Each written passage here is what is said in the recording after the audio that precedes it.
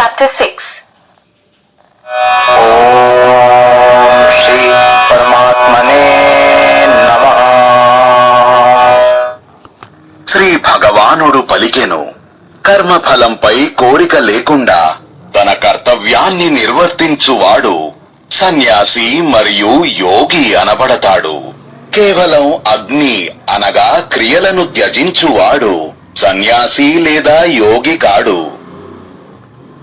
ఓ పాండవ, లోకులు సన్యాసి అని ఎవరిని అంటారో అతనిని నీవు యోగిగా భావించుము.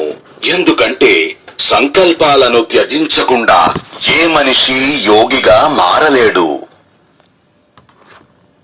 యోగమును ప్రారంభించు సాధకునికి కర్మ చేయుటయే మార్గము. యోగారూఢుడైన అదే యోగికి తన సంకల్పాలను త్యజించడమే సంక్షేమ మార్గం. ఇంద్రియ విషయాలలో లేదా కర్మలో అనుబంధం లేకుండా సంకల్పాలను అన్నింటినీ త్యజించు వానిని యోగారూఢుడు అని అంటారు. మానవుడు తన మనస్సును నియంత్రించుకొని తనని తాను ఉద్ధరించుకోవాలి గాని అధోగతి పాలు కారాదు. ఎందుకంటే మనిషి తనకు తానే స్నేహితుడు మరియు తనకు తానే శత్రువు. ఇంద్రియాలను తన వశంలో ఉంచుకున్న వ్యక్తి తనకి తానే స్నేహితుడు. కానీ మనస్సు ద్వారా ఇంద్రియాలను మరియు శరీరాన్ని తన వశంలో ఉంచుకోలేని మనిషి తనకు తానే శత్రువు లాంటివాడు. మనసును జయించిన వ్యక్తి చలి, వేడి, సుఖం, దుఃఖం మరియు మానవ అవమానాలలో ప్రశాంతముగా సమభావంతో ఉండే పురుషునిలో పరమాత్మ ఆత్మరూపంలో విరాజిల్లుతూ, ఎవరి అంతఃకరణమైతే జ్ఞానం మరియు ఆత్మానుభూతితో సంతృప్తి చెందుతుందో, ఎవరైతే ఇంద్రియాలను వశంలో ఉంచుకోవడం ద్వారా స్థిరత్వాన్ని అలవరచుకుంటాడో, మరియు ఎవరైతే మట్టిగడ్డలు, రాళ్లు మరియు బంగారము యందు సమభావము కలిగి ఉంటాడో అటువంటి యోగిని యోగారూఢుడు అని అంటారు. శ్రేయోభిలాషులు, స్నేహితులు, శత్రువులు, పక్షపాతరహితులు, మధ్యస్థులు, దురాత్ములు మరియు పాపాత్ములైన పురుషులలో కూడా సమభావము గల వ్యక్తి శ్రేష్ఠుడు. యోగి అయిన పురుషుడు తన శరీరాన్ని మరియు మనస్సును నియంత్రించుకొని ఏకాంత ప్రదేశంలో ఒంటరిగా ఉండి కోరిక మరియు సచింత భావం నుండి విముక్తి పొంది మనస్సును నిరంతరం పరమాత్మయందు ఉంచుకోవాలి. చాలా ఎక్కువ లేదా చాలా తక్కువ ఎత్తుగా లేని శుభ్రమైన ప్రదేశంలో మొదట దర్భగడ్డిని, తదుపరి లేడి చర్మం, ఆపై ఒక వస్త్రాన్ని పరచి ఆసనం తయారు చేసుకొని ఆ ఆసనంపై కూర్చుని మనస్సును మరియు ఇంద్రియాలను వశంలో ఉంచుకొని మనస్సుకు ఏకాగ్రత కల్పించి ఆత్మశుద్ధి కోసం యోగ సాధన చేయాలి. శరీరం, తల మరియు మెడను నిఠారుగా ఉంచి ప్రక్కలకు చూడకుండా మీ నాసిక యొక్క అగ్రభాగాన్ని మాత్రమే చూస్తూ ప్రశాంతంగా, నిర్భయంగా మరియు బ్రహ్మచర్య వ్రతంలో ఉండి మనస్సును సంయమనంలో ఉంచుకొని నా శరణు కోరి మనస్సును నా యందు లగ్నం చేసి కూర్చోవాలి.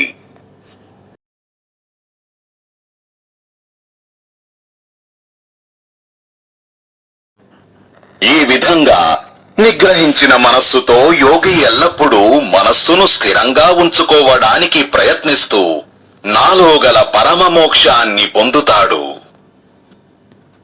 ఓ అర్జున, ఈ యోగము ఎక్కువగా తినే లేదా అసలు తినని మరియు ఎక్కువగా నిద్రపోయే లేదా ఎప్పుడూ మేల్కొనే వ్యక్తికి సాధ్యం కాదు.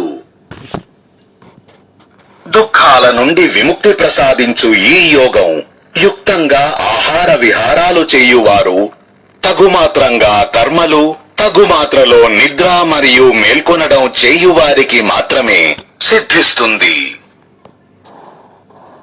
పూర్తిగా వశంలో ఉంచుకోబడిన సాధకుడి మనస్సు ఆత్మలో ఉన్నప్పుడు అనేక కోరికల నుండి విముక్తుడైన ఆ సాధకుడిని యోగయుక్తుడని అంటారు. గాలి స్థిరంగా గల ప్రదేశంలో ఉంచిన దీపం యొక్క జ్యోతి ఎలా స్థిరంగా ఉంటుందో అదే విధంగా యోగ సాధన చేసేటప్పుడు యోగి యొక్క మనస్సు కూడా పరమాత్ముని యొక్క ధ్యానంలో స్థిరంగా ఉండిపోతుంది.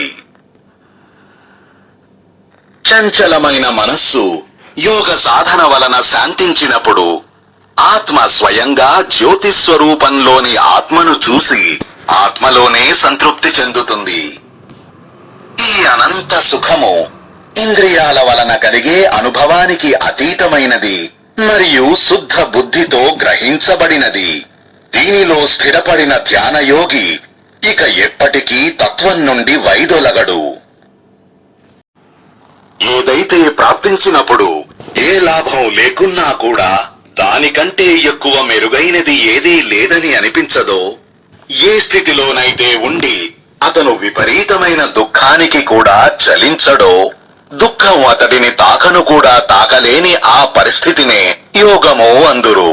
అటువంటి యోగ సాధనను మనసు అలసిపోకుండా పట్టుదలగా సాధించాలి.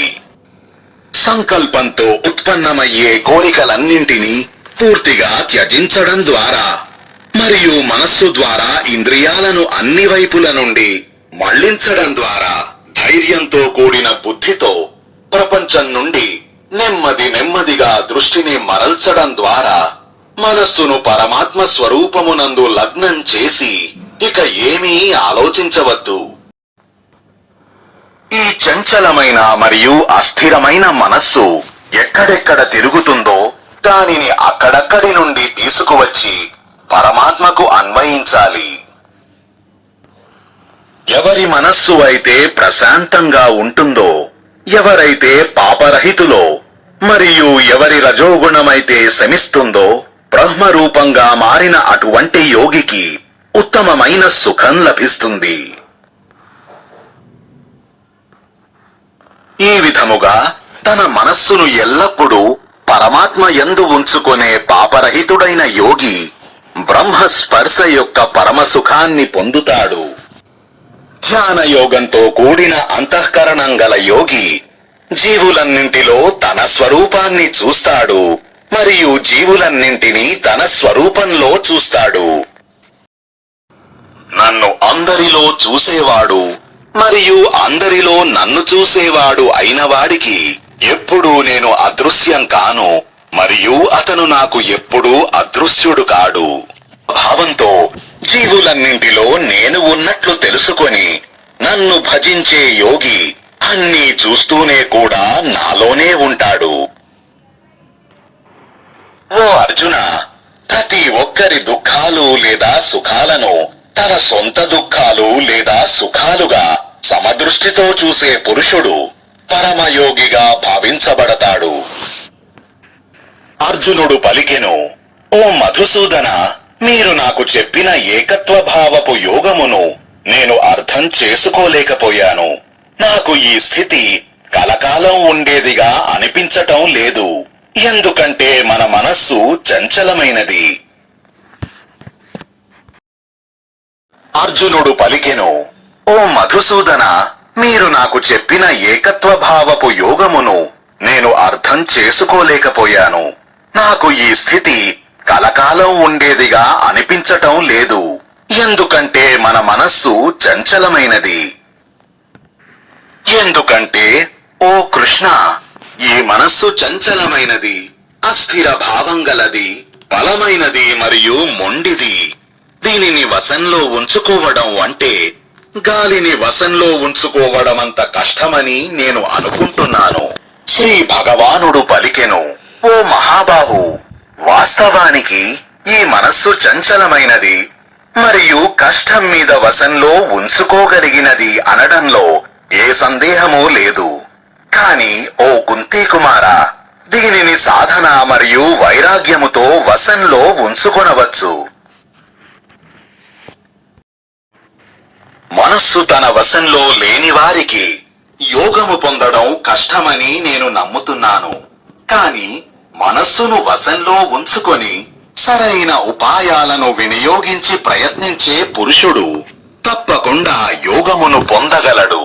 అర్జునుడు పలికెను, ఓ కృష్ణ, యోగముపై శ్రద్ధ ఉన్న మనస్సు తన వశంలో లేనివాడు అటువంటి స్థితిలో యోగము నుండి వైదొలగితే అతను యోగ సిద్ధిని పొందకుండా ఏ గతిని పొందుతాడు? ఓ మహాబాహు, ఆ సాధకుడు బ్రహ్మప్రాప్తి మార్గము నుండి వైదొలగి నిరాశ్రితుడై చిన్నాభిన్నమైన మేఘంలా కర్మ లేదా జ్ఞానము యొక్క మార్గము నుండి దూరముగా తిరుగుతూ నాశనమైపోడా? ఓ కృష్ణ, నా ఈ సందేహాన్ని పూర్తిగా నివారించండి. ఎందుకంటే ఈ సందేహాన్ని నివారించువారు మీరు తప్ప మరెవరూ లేరు. శ్రీ భగవానుడు పలికెను, ఓ పార్థ, ఆ పురుషునికి ఈ లోకములో గాని పరలోకములో గాని నాశనం ఉండదు. ఎందుకంటే శుభకర్మలు చేసేవాడు ఎప్పుడూ దుర్గతి పొందడు. యోగము నుండి వైదొలగిన సాధకుడు పుణ్యలోకాలను పొంది అక్కడ చాలా కాలం ఉండి ఆ తరువాత శుద్ధ ప్రవర్తన కలిగిన ధనవంతుని ఇంట్లో జన్మిస్తాడు. లేదా ఆ సాధకుడు జ్ఞానవంతులైన యోగుల కుటుంబంలో జన్మిస్తాడు. ఈ రకమైన పుట్టుక ప్రపంచంలో చాలా అరుదైనది.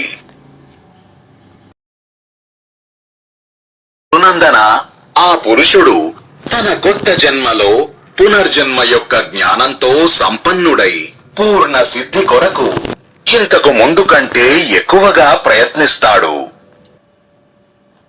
అదే పూర్వాభ్యాసము కారణంగా ఆ సాధకుడు భోగాలయందు పరవశుడై కూడా యోగము వైపు ఆకర్షితుడవుతాడు. యోగము పట్ల జిజ్ఞాసుడైన అతడు లోకాలను అనుసరించేవాని కంటే ఉత్తముడిగా భావించబడతాడు. ప్రయత్నపూర్వకంగా సాధన చేసే సాధకుడు అన్ని పాపాల నుండి శుద్ధుడై అనేక జన్మల ప్రభావం వలన పాపరహితుడై పరమగతిని పొందుతాడు. ఎందుకంటే తపస్సు చేసేవారు జ్ఞానులు మరియు కర్ముల కంటే యోగి శ్రేష్ఠుడని నేను నమ్ముతున్నాను. అందువలన ఓ అర్జున, నీవు యోగివి కమ్ము. సమస్త యోగులలో శ్రద్ధ గలవాడు భక్తుడు నాలో నిమగ్నమై మనస్ఫూర్తిగా నా భజన చేసేవాడు నా అభిప్రాయములో సర్వశ్రేష్టమైన యోగి. ఓం తత్సదితి శ్రీమద్భగవద్గీతాసూపనిషత్సు బ్రహ్మ విద్యాయాం యోగశాస్త్రే శ్రీకృష్ణార్జున సంవాదే ఆత్మ